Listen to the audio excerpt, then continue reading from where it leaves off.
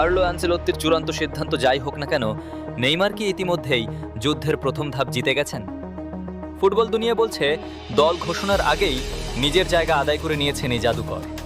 মাঠের পারফরমেন্স আর মাঠের বাইরের সমীকরণ সবই এখন বলছে এক কথা, নেইমারকে উপেক্ষা করা এখন কেবল কঠিন নয়, বরং অসম্ভব।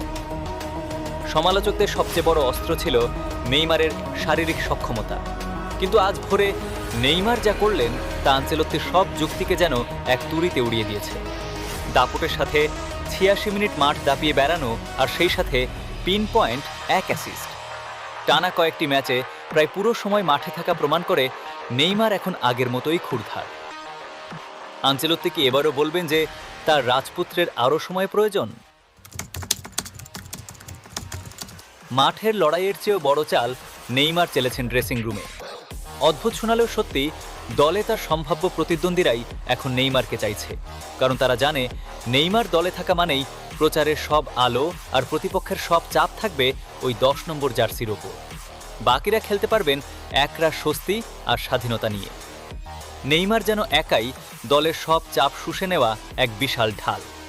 প্যারাগুয়ে, আর্জেন্টিনা কিংবা কুরিতিবা, নেইমার যেখানেই পা রাখছেন স্টেডিয়াম যেন এক আগ্নেয়গিরি। সান্তোসের ম্যাচগুলো প্রমাণ করেছে নেইমার মানেই বিপুল জনপ্রিয়তা আর স্পন্সরদের আশীর্বাদ।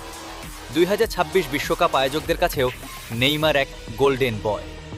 এই আকাশচুম্বী জনসমর্থন কি কোনো কোচের পক্ষে অস্বীকার করা সম্ভব? হিসাব এখন খুব সোজাসাপটা। নেইমার যদি ২৬ সদস্যের তালিকায় না থাকেন, তবে কোটি ভক্তের চোখে আনচেলত্তি একজন ভিলেন হিসেবে চিহ্নিত হবেন। আর নেইমারকে ছাড়া যদি ব্রাজিল হেক্সা মিশন জয় করতে না পারে, তবে ২০৩০ সাল পর্যন্ত ব্রাজিলের ডাগ আউটে থাকা তো দূরের কথা, সেখানে টিকে থাকাটাই হবে এই ইতালিয়ান মাস্টারের জন্য এক দুঃস্বপ্ন। আজকের ৮৬ মিনিট আর সেই জাদুকরী অ্যাসিস্টের পর বল এখন কার্লো অ্যানচেলত্তির কোর্টে। তিনি কি পারবেন নেইমারকে ফিরিয়ে দিতে, নাকি নেইমার জাদুর কাছে হার মানতেই হবে তাকে? আপনার রায় কি? এখনই কমেন্টে জানান এবং ভিডিওটি শেয়ার করে জানিয়ে দিন রাজা কি ফিরছে।